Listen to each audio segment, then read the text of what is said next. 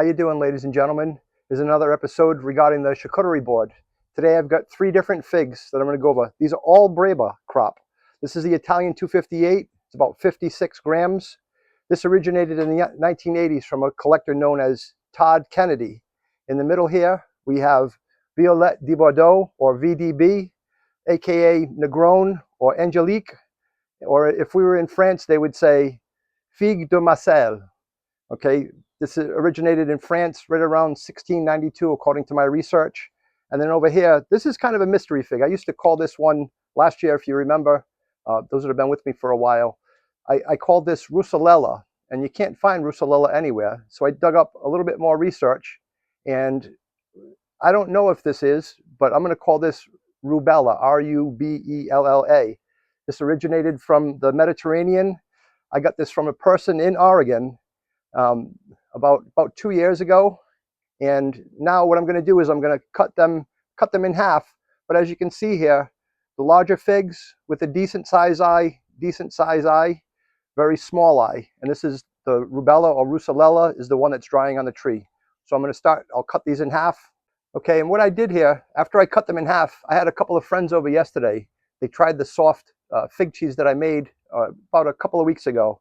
Some people thought that it was a little bit bitter. So today I added to the charcuterie board, I added a raw unfiltered honey on top of the cheese on all 3 of these, just to give it a try. But those that know me, I like trying these plain all by themselves first.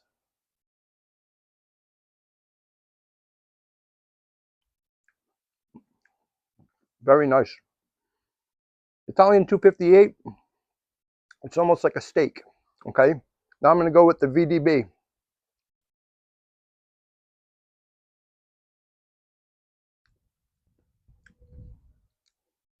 Very smooth, delicious fig. And now, this was one of my favorites last year. I didn't get many off the tree.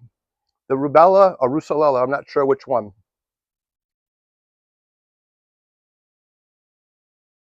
Wow. That was almost like similar to, say, a ripe date, a little bit of raisiny type of texture to it. Now I'm going to wrap this up. I've got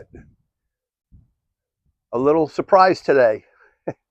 This is called a poinsettia. This is a mimosa, basically orange juice, cranberry juice, and a little champagne to celebrate Sunday. The one I picked to try the cheese and the honey with is the Russalella or Rubella.